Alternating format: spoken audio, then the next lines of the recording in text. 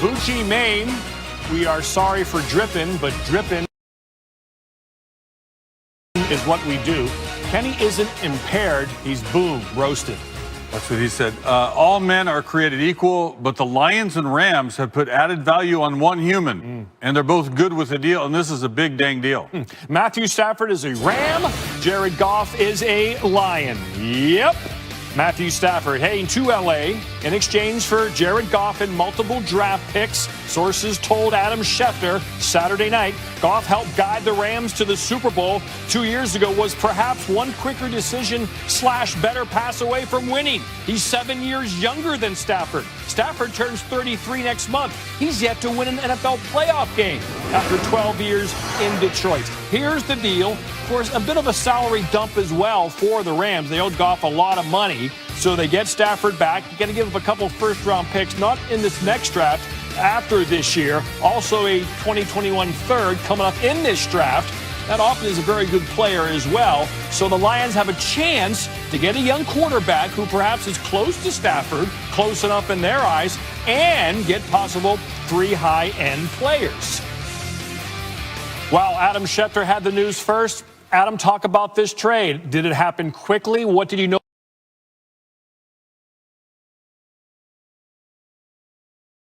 about it as the day progressed on Saturday?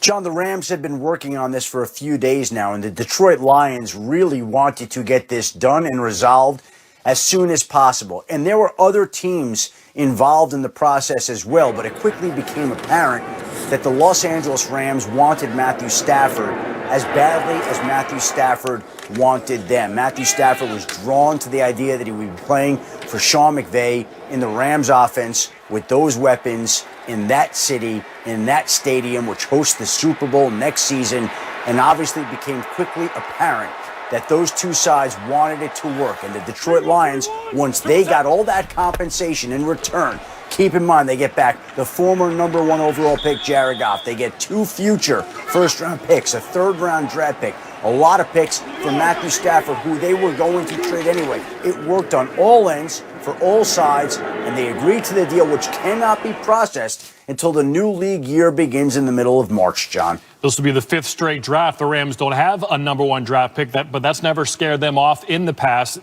When a trade like this happens, Adam, and you break it, I'm sure you start hearing from people around the league, getting texts from coaches, GMs, players. What was their reaction to this? Did they think it was too much given up by the Rams to get Stafford?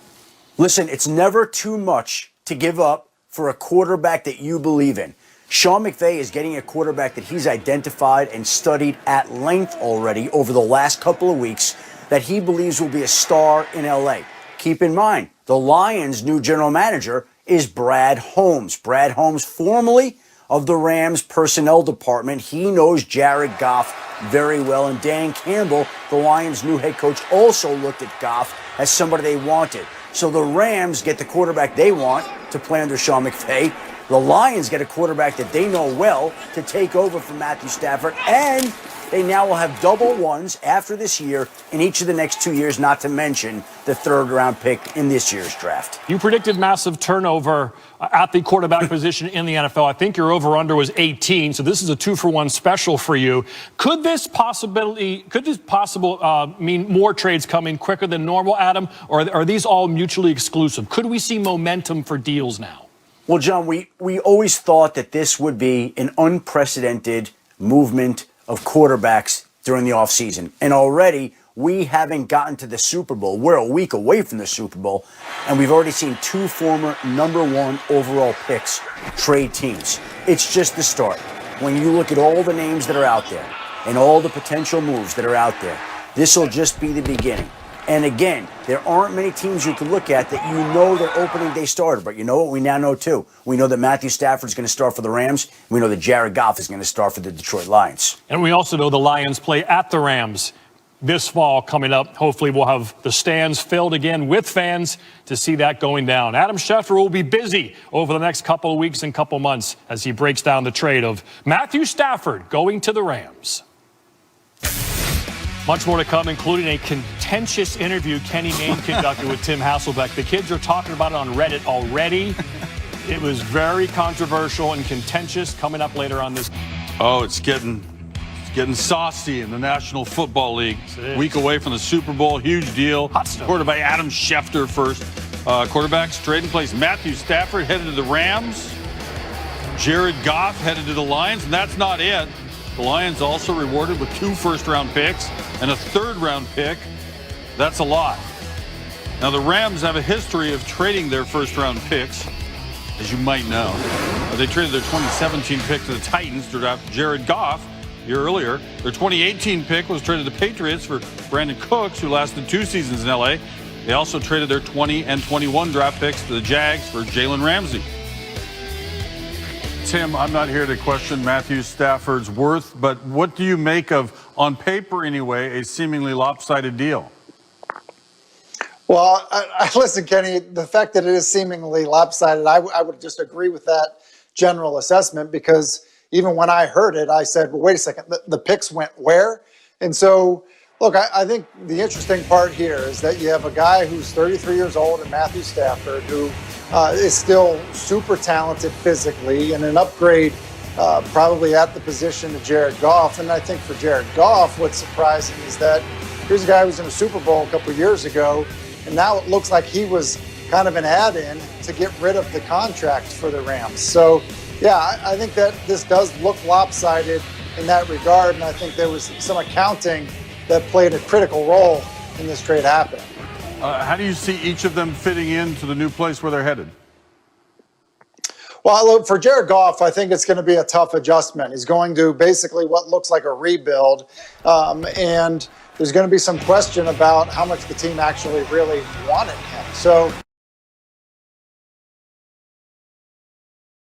I think it's an uphill battle for Jared Goff in Detroit. Now, you know, for Matthew Stafford with the Rams, I think it's a great opportunity. It's a championship caliber defense with a really good play caller on the offensive side of the ball. And I think somebody that can really help Matthew Stafford at this point in his career. And I think Matthew Stafford can really help Sean McVay, just because they're going to be able to do things offensively that they weren't able to do with Jared Goff. You can do them now with a guy like Matthew Stafford as your quarterback.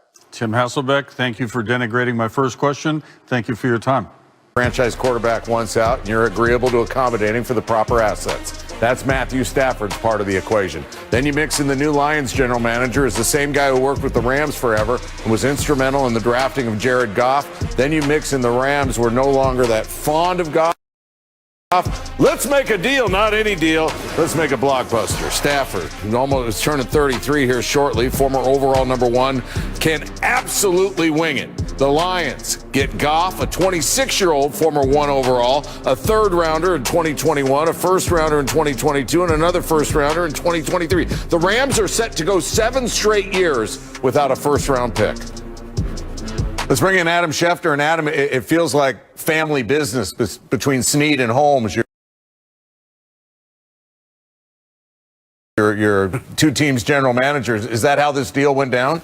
Well, it's a good part of it. And I think at this point in time, Neil, you look at former Rams personnel man Brad Holmes taking the Lions GM job and being one of the key central figures in going to Detroit and making this deal happen. In his very first significant deal as the general manager of the Detroit Lions, he trades for Jared Goff 2 1s and a 3. Now, the Rams get back Matthew Stafford, a piece that they identified as vital to their hopes of becoming the 2nd team in successive years to host a Super Bowl in its own stadium, with the Super Bowl being in LA next year. But yes, that obviously was big, with Brad Holmes being there, knowing Jared Goff, and the Rams wanting Matthew Stafford as much as they did to make a push this quickly into the offseason. Why do the Rams want Matthew Stafford that bad? They think that he can elevate that offense to the next level in a way that Jared Goff couldn't. If we go back to the postseason, the Rams were undecided about whether to go with John Wolford or Jared Goff at that point in time. And then we heard Les Snead this past week talk about Jared Goff being the Rams quarterback at this time. Well, at this time didn't even go through the weekend, because Jared Goff isn't the quarterback there anymore, and he's now the quarterback for the Detroit Lions.